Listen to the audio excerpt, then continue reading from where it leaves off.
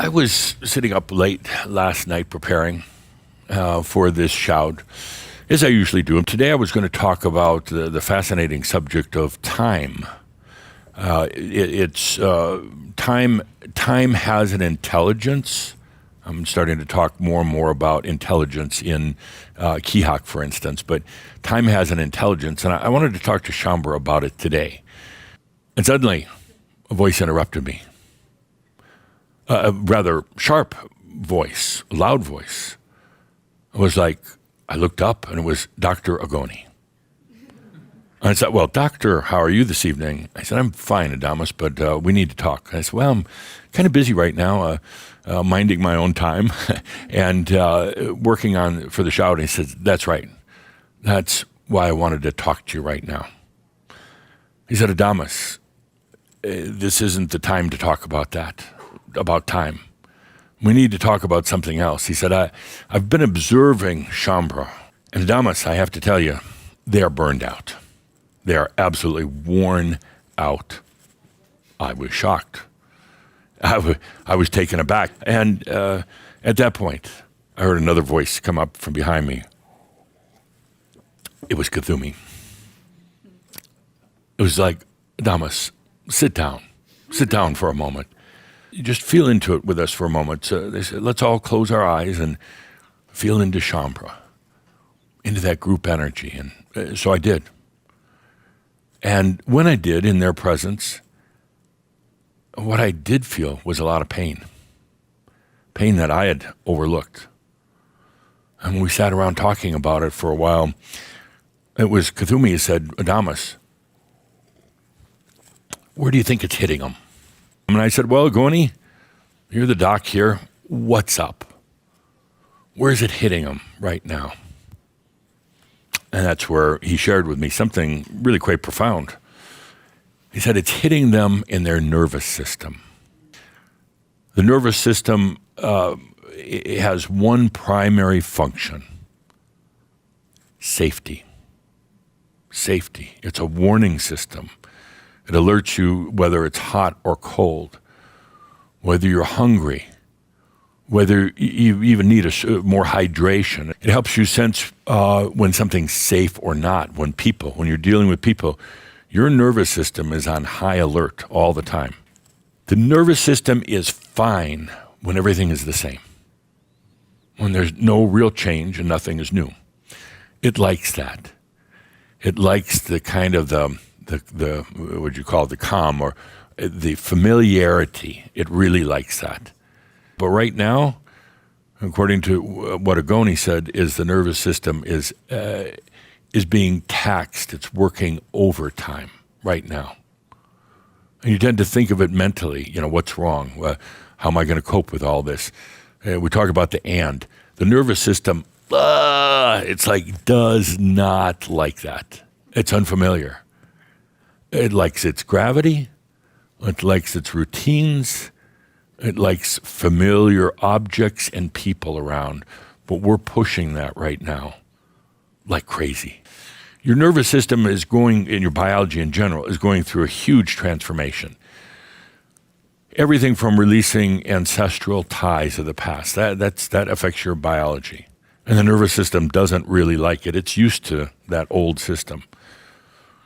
Your nervous system is going through all these changes that with what we call the light body, the free energy body coming in.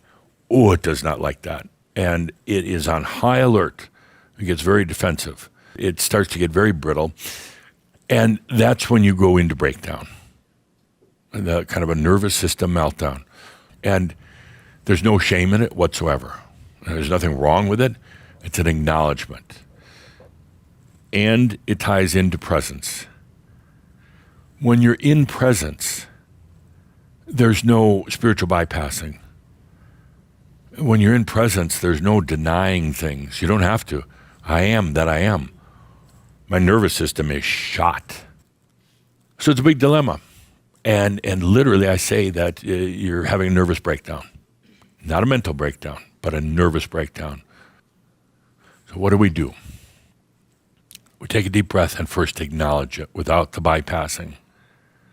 Acknowledge that you're at this time of a tremendous change that's happening on the planet. Everything is going faster. Everything is changing. Your nervous system doesn't like that. Secondly, is to be in presence. And that's kind of spiritual bullshit, but it's very real. I don't use it as a cliche. I'm saying presence is, I am here. I've got all these tremendous changes going on within me. I really don't know what to do about it. I don't have a magic solution.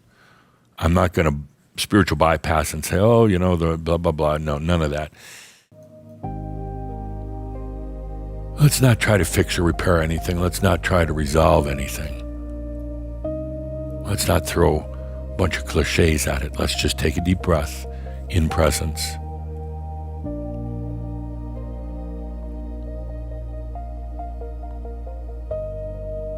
And,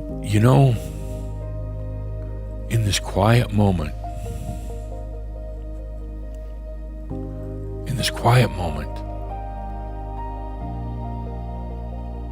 the nervous system, it doesn't hear things, but it senses that at least you're acknowledging. And that provides a lot of relief. That you're not trying to whitewash it, deny it, run from it, freeze up on it. It's just where things are at right now. That makes a tremendous difference. The acknowledgement. There's another very, very important element. Matter of fact, the most important element. Your nervous system and your mind, but your nervous system does not understand self-love. Does not. It cannot even begin to cope with it. All of its programming, all of its reasons for being there in the first place are being deeply challenged. The talk of the concept, the thought of self-love is putting extreme pressure on the nervous system. It really wants to shut down.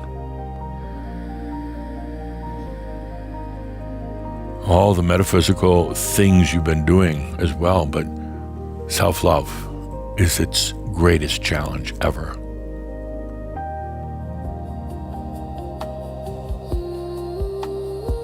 Don't try to communicate or talk with or heal your nervous system. You see, this is a lot of what caused the nervous system to go wacky in the first place.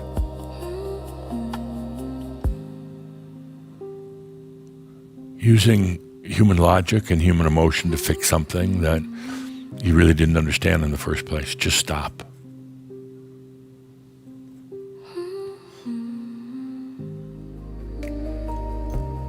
Stop and let everything catch up.